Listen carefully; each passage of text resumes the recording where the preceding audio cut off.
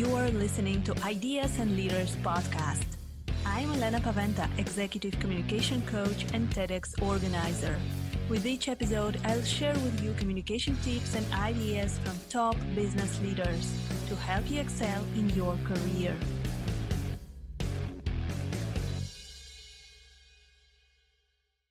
Welcome everyone to the next episode of Ideas and Leaders podcast. Today I have a great guest. I have Steven Gaffney. We're speaking with a leading expert on increasing business profit through change management, honest communication, and high-performing teams. Steven is a book author, is a speaker, and I'm so excited to speak to him today. Hello, Steven. Welcome to Ideas and Leaders. Thanks for having me on. So, Steven, what is your story? How did you start doing what you do? Maybe you can tell us a little bit more about yourself. How did you end up being advisor to top executives and leaders, which is so exciting? Thank you. Basically, it evolved. I used to have a long time ago an agency, and along with a partner, and we would represent photographers, film and radio, commercial directors, and that type of thing. And I started to do seminars for creative people on communication and motivation. And then eventually my partner and I split up, and she kept actually the business. I had my part of the business for a little bit, but I loved doing these seminars, and that it kind of evolved. And then one day, our graphic designer who attended a session went home and talked about the work to her husband, who worked for IBM. And that's how I got connected into the corporate world. And then in my field, if you can teach people stuff and it can produce results, you'll get rehired. So it kind of evolved into that. And I spent a lot of time developing a formula on how to have honest communication with anyone, which we could actually talk about. And then that evolved into doing high achieving teams. And now we're doing a lot of stuff on culture. And then the new book that'll be coming out, which is Unconditional Power, to persevere through any situation. But that's kind of the short story of it. Although that was a little bit long. Great. All of those topics that you are advising on, that you're writing about, those are the topics that we very often talk on Ideas and Leaders. So it is really, I'm really interested to know your opinion. So we're often speaking about leadership. What is your perspective on great leadership? What do you think are the traits of excellent leaders? So I think the most important trait of a leader, and this is going to sound a little bit different. Well, it'll definitely be different from what most people would say, but is creating emotional safety. And so first, let's talk about kind of what that actually means. That means having people feel safe. And the reason why that's so important is the number one biggest problem in all teams, relationships, and organizations is actually lack of honest communication. And when I'm talking about honest communication, often people think it's going to be, about ethics or truth or lies. That's not really the biggest problem. The biggest problem, in fact, is not what people say. It's actually what they don't say. It's what they leave out. I mean, how often have you thought, if they had just told me, I could have fixed the problem or addressed the issue? Somebody's upset with us, but they tell other people, or there's a problem that really develops in our organization. And we think, oh my gosh, why didn't I know about this earlier? So all how to create that getting the unsaid said, as I saw. And the key to doing that is making people feel emotionally safe. And if they do, they'll share. And we can talk about that. But the reason why I bring this up for leadership is because if we don't make people feel safe, like if you've ever been around somebody who creates a lot of fear, people don't share stuff. And that means as a leader, you have to get everything right. But if I make people feel safe, if you make people feel safe, if we all do, people will share stuff. So if I'm creating a vision or a goal, or there's something and somebody doesn't understand it, and I create that emotional safety, they'll say, I have no idea what you're talking about. But if I create fear in the organization and there's not that emotional safety, then nobody's going to give me the feedback, and I got to get everything right. And of course, that's an impossibility. So actually, it's not vision. It's not all this other stuff you read in the books. Those are important. But the number one most important thing is making people feel emotionally safe and getting the unsaid said. Creating fear is more this old school leadership style where everyone had to be scared and afraid of the boss. And that's why they had to do the work now. And definitely feeling this emotional safety is very important. So do you have any tips, suggestions on how to actually make our teams feel safe? What can we do to build this culture of emotional safety? There's many strategies we can go through. In fact, there's like 7 different ones, and there's actually even more than that, but 7 core ones. And so first of all, before getting into it, I think it's important to understand that people really want to share. And that's important because a lot of times somebody will say, well, that person is quiet. It doesn't come they don't want to share. But actually not sharing is a learned behavior. Sharing is what we're all born with. Look at kids. They start off this planet sharing, crying, whatever, and then they learn what not to share. And that's as an adult, we often learn that. And sometimes we've had bad experiences. So we've learned, oh, I don't want to speak up. I'll give you an example. Have you ever met somebody who says, I love honesty. Please give me any feedback. I'm always open. So they ask you for some feedback about something and you don't really like what they're saying or what's happening. So you give them constructive criticism and then they flip out, they get upset. And you're like, oh my gosh, I'm not going to go there anymore. In fact, what's interesting, people train and condition us to lie to them. And then, as people are listening, I really want to challenge you. Just think about people in your life. I bet there's some people you go, oh, I don't go there, right? And so it goes back to this emotional safety and the reasoning why behind it. So people really want to share. So what can you do? Many things. There's 7 overall. But one of the first things as an organization, as a leader, we have to create that expectation that we want to hear, that it's part of the job. There are 4 levels that I developed about getting the unsaid said, but the critical level, and there's other ones, is that people are proactively honest. That means if they see an issue, they'll be willing to share it. So many people don't think of it as part of their job. So the first thing is making it clear. Another one, which we talked about, is making people feel emotionally safe. A third one would be rewarding honesty. And I can go into that as well if you want. Yeah, sure. Rewarding honesty, it can be a little bit controversial, depending on what exactly we are rewarding. Well, in what way? You mean if we reward, like, what would be controversial about it? Yeah, if someone, I don't know, if someone tells that someone did something wrong, and we would say, oh, let's reward that. I think that sometimes teams, in the teams also, not many things are being said because they also don't want to kind of make others feel bad, maybe because someone else didn't do their work and they're trying to cover it up. Those kind of situations, this is what I mean. So well, you bring up a really important point. The number one reason why people don't share is they're afraid, right? Afraid of retribution, afraid somebody's not going to forgive us, afraid we're going to get in trouble, afraid it's going to go badly. So all of those fears that play in our mind, and some of them we've actually seen, and that's how it played out, that's an issue. So that's why it's so important to make people feel emotionally safe, and watching our reaction. And then to the point is rewarding honesty. So rewarding honesty is when we do something with the feedback. I mean, I've worked with organizations that have been brought in and they say, we can share anything, but nothing happens, right? How many employee surveys are we at, or people asking customers or whatever, all kinds of questions, but what do they do with that information? And if we don't give feedback to people and say, not only thank you, but here's what we've done with it, and reward them. And I don't mean financial, but at least show that we're going to use that information. People just say, forget it. And I bet you there's some people in your life, I don't know you personally, obviously, but we've all encountered people who we do feel safe to speak up, but we think it's just a waste of time, right? Nothing's going to happen. Like somebody who's always open for coaching, they want to hear our perspective, but you go back later on, they haven't done a thing about it. They haven't moved on it. So rewarding honesty is really important.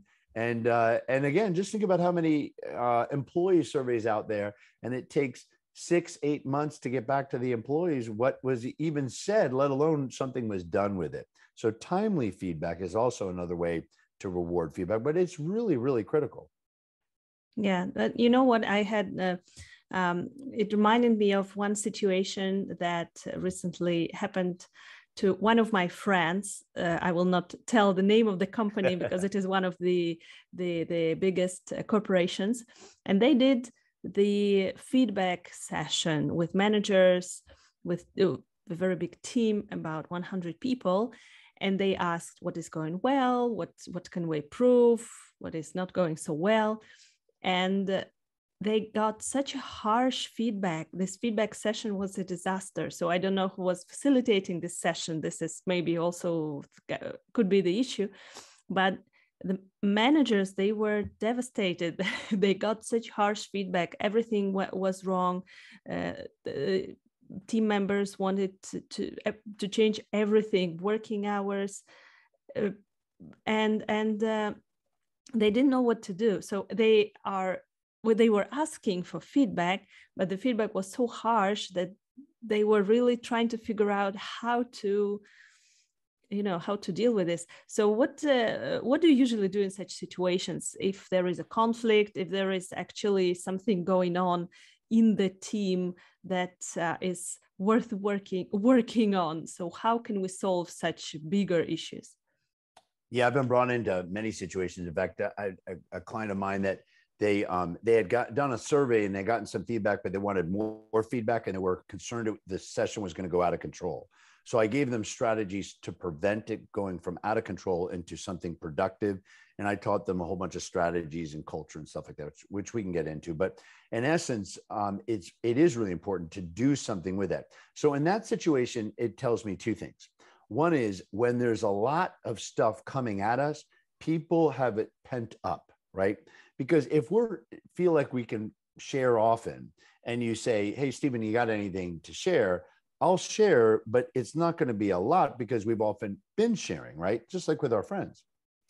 But if I haven't felt like it was okay to share, and then suddenly I feel now it's okay or it's open, then we're really going to let it out. So that tells me that company needs to do a much better job of doing these sessions and mining the gold.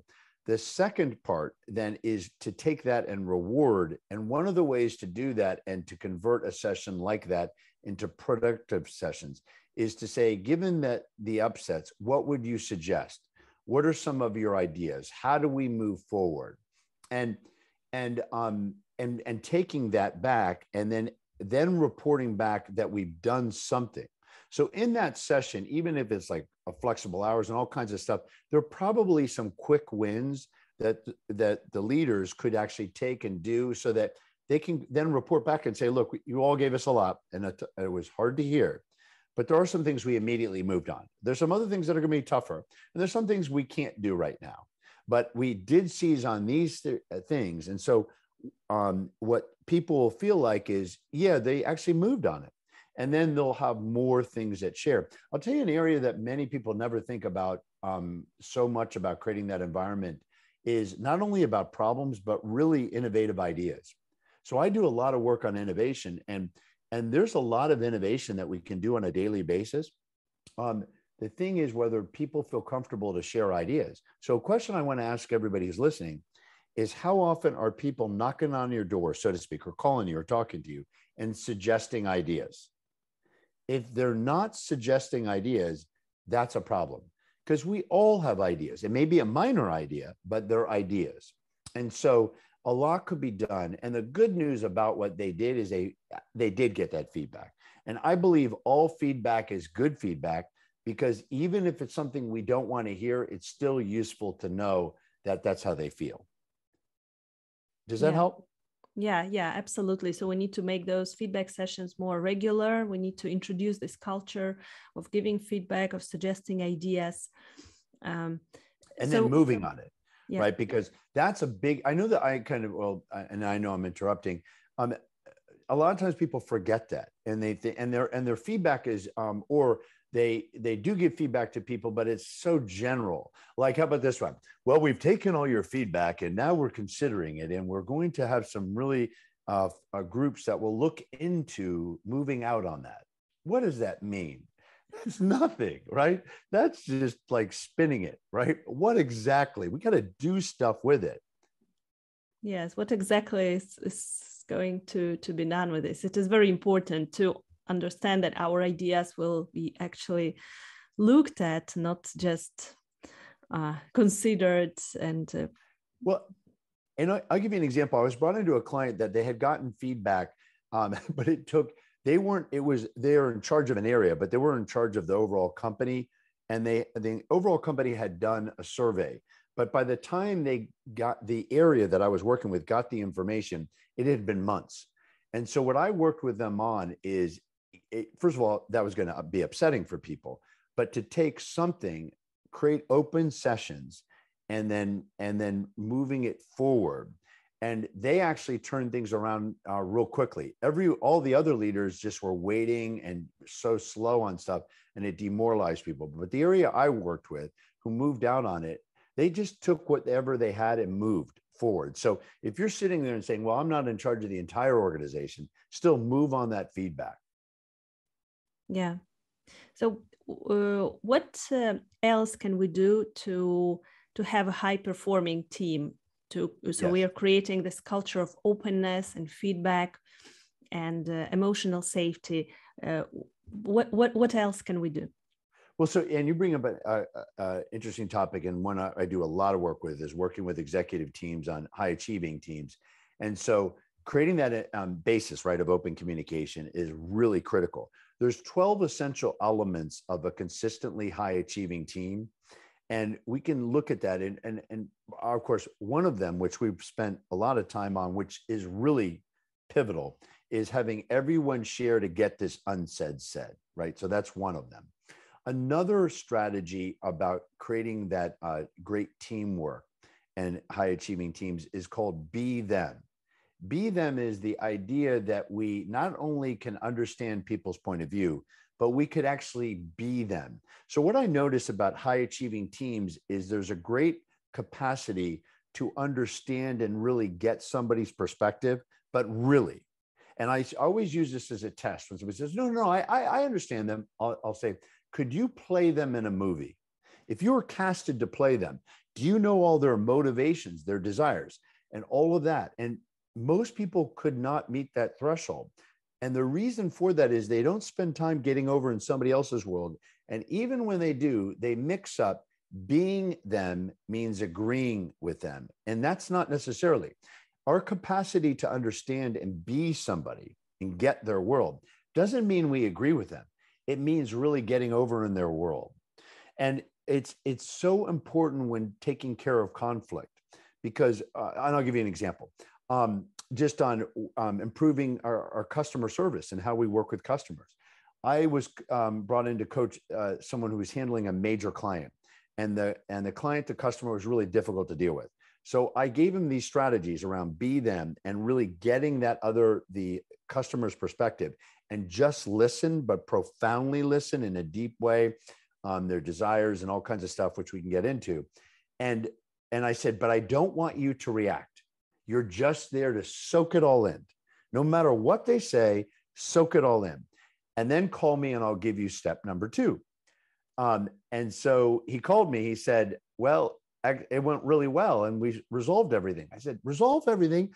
I told you not to respond. I said, just soak it in. He goes, I didn't really respond. I just listened. And she went on to tell me about all the problems that the company was doing.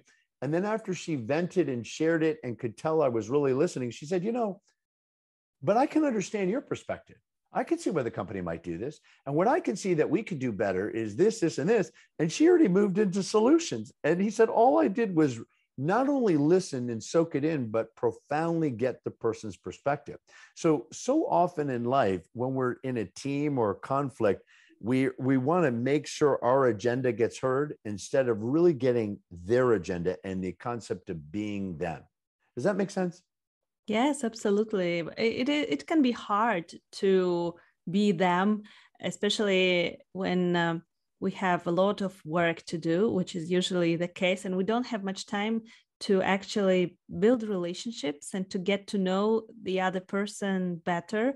So sometimes we end up in projects, very long projects, where we don't actually have this interpersonal communication and don't have time for building relationships. Do you have any tips for that? How can we actually know other people better in such circumstances?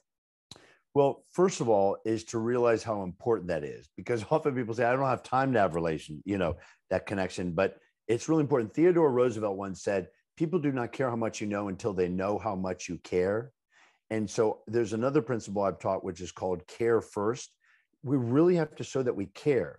And I've worked with some of the best admirals, generals, CEOs, and what I've learned from them is a really critical trait in leadership is not accountability, although that's all important. And, and we talked about vision and of course, emotional safety, that's a given, but winning the hearts and minds of people and building that connection. And as leaders, that's really important because it'll give us the benefit of the doubt.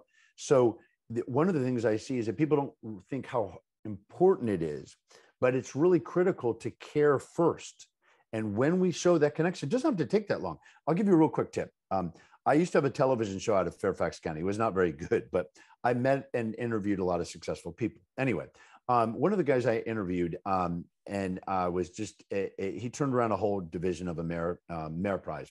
But what he would do is he would ask his employees what their, not only of course their business goals, but what their personal goals were. And if they were willing to share their personal goals, here's the key.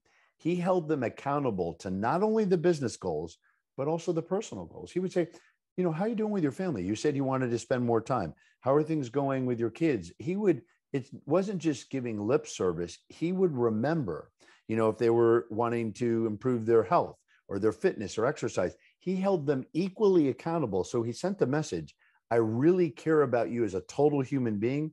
And he turned around that area and they were number one for 6 out of the next 7 years.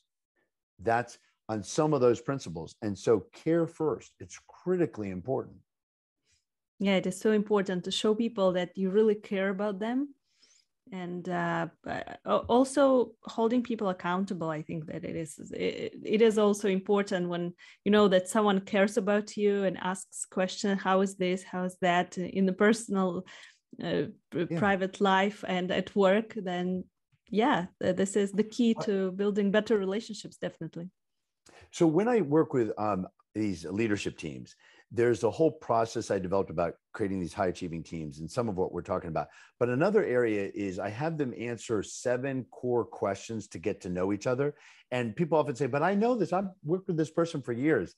But the questions I had them answer, they've not only never thought about it themselves, let alone express it to other people. But what's really great is once they start sharing essentially about themselves and really share, all the barriers come down. Because think about it, when we're upset with someone or there's barriers or whatever, we just see one facet of the person, but we extrapolate that we know the total person. And people are multifaceted and have all kinds of things going on. So we tend to label them, and that's all we see.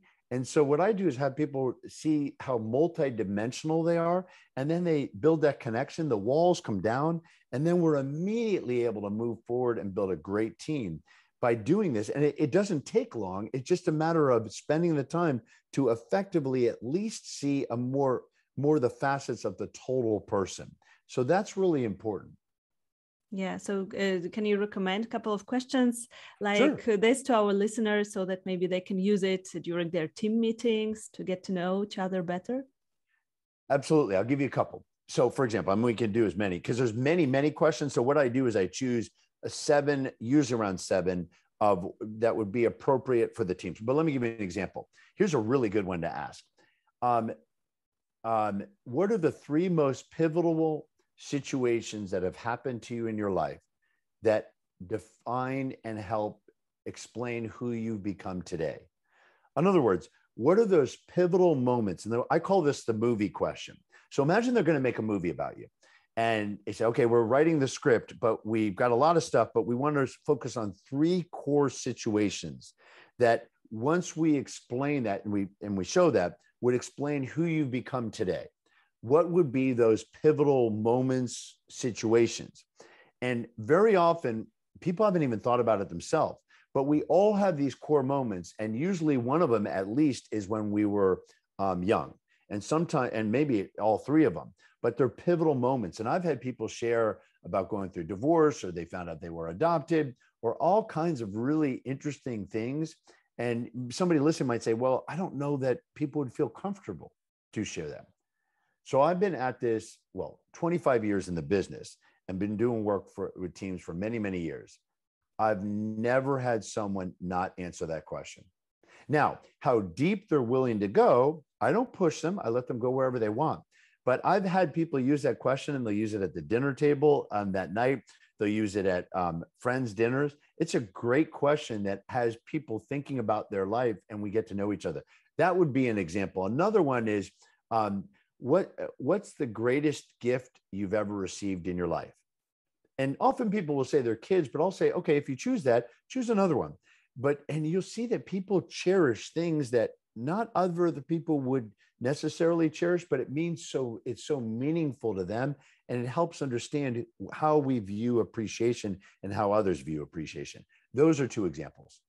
Those are great examples. Wow, thank you so much for sharing them. I think that by finding out those defining moments, those pivotal moments of other people, we can really get to know them better, see what is really important for them, right? Absolutely. Yeah. So, Steven, I wanted to ask you also. So we discussed leadership. We discussed high-performing teams. Of course, we cannot discuss a lot, but just the most important things. And I also wanted to ask you about your upcoming book. I know that you have the new book coming up, Unconditional Power. So can you tell us a little bit what it is about, and maybe give us a couple of main points, main tips from the book? So I'm really excited about this book. I mean, everybody comes out, oh, I'm really excited about whenever whoever's writing a book, but I really am passionate about this because the book it's called Unconditional Power. But basically what I've found out is how much mood impacts our behavior. For example, have you ever noticed that when you're in a good mood, you're smarter? We're all smarter, right? Yeah. And we kind of intuitively know that, but it's easy to forget. So for example, if we're running an organization or a team and they're stressed out, they're not going to be as smart. They're going to be more problems. And so mood or morale really is important. So an easy way to think about this is when we're in a down mood, maybe lack of sleep or something along the lines, or something bad happened, and somebody throws us a problem, we're like, here we go again. But when we're in good spirits and somebody says, here's a problem, we go like, okay, I'm going to get it handled. I don't know how I'm going to get it handled, but I'll figure out a way. So mood is really important. So what the book is about are three types of moods that I've identified. And one is a powerless mood we can all get into, right? Powerless is where we think, what difference can I make? I'm only one person here, or in our relationships, I can only control me. What am I going to do? You ever met people blame other people a lot because it's never them, it's always them, others. That's people often get in a powerless mood. The second type of mood, which is where I believe most people are conditionally powerful. Conditionally powerful are where people say, I can get that done as long as they do their job, as long as I have more resources, as long as I have more money, as long as I have more time, as long as there's always an excuse built in that is out of my control. So I'm powerful and good spirits, but it's conditional. But the desirable mood I've identified is a powerful mood. And a powerful mood is we know their conditions legitimately, right? Maybe limited resources, limited time, money. But we say to ourselves, I'm going to focus 100% of my energies on what I'm going to do about that situation. Because what I show in the book is with specific strategies, we can be powerful, and how to persuade others to be powerful. And then we can bust through those conditions. Because a lot of those conditions, although legitimate, could be broken through. But the way to do that is to move into a powerful mood. Now, here's the problem. Whenever big challenges happen in life, we tend to shift to conditional and powerless. Great leadership is about maintaining being powerful and how to persuade others to be powerful. So the book has 10 strategies on how to do that and all about this, which we can go into as much time as possible. But the key thing is, first is just being aware of it. Does this make sense? Yes, absolutely. I even when listening to you, I was thinking that when I'm in my powerful mood, I can do anything, and there are no impossible things. But it is challenging. It is challenging because many things get in the way, and we become less powerful, let's say. So what can we do? Maybe let's give our listeners a couple of strategies. What can we do to actually maintain this state for as long as possible? Well, so the first thing is, so one strategy, and when I say it's going to sound, well, that's kind of obvious, but it really is important, is make the unaware aware, make the unaware aware.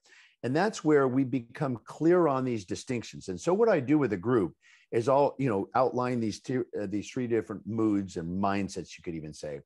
And I'll say, look at a situation. How would you look at it in a powerless way? How would you look at it in a conditional? And how would you approach the same situation if we're being powerful?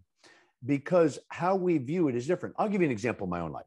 When COVID hit, right, and everybody has a COVID story, right, and how it affected their lives. But this is when I became clear on this distinction. I'm a pretty powerful person, I would say, and I understand there's problems in life, but I'm going to persevere. At least that's what I think to myself. But when COVID hit, and I'm mostly doing presentations and coaching, but a lot of it was face-to-face, and I hadn't done much virtual, and I'm like, virtual. And suddenly I became very conditional. I'm like, well, what it's going to happen to my business? I guess it's dependent on what the government's going to do and the loan's going to do, and how long is COVID going to last, and and how effective can I be? And I suddenly became very conditional. And then by being aware of this distinction, I snapped myself out of it and said, wait a minute, I got to look at this in a powerful way. Things are going to be the way they are, but what am I going to do about it? And I spent 100% of my energy and focus on what I was going to do about it, what is within my control. So I learned how to do virtual sessions extremely effectively.